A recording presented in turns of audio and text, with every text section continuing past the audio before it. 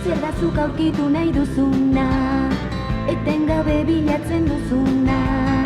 Bila eta bila jardun, ametsa duzu lagun, ez inoiz ere aurkitu ordea. Jakizu zure ametsa ote naizen, zatoz nirekin dantza gaitezen. Ametsa buruan, zabiltza munduan, zatoz nirekin eta gozatu gaitezen.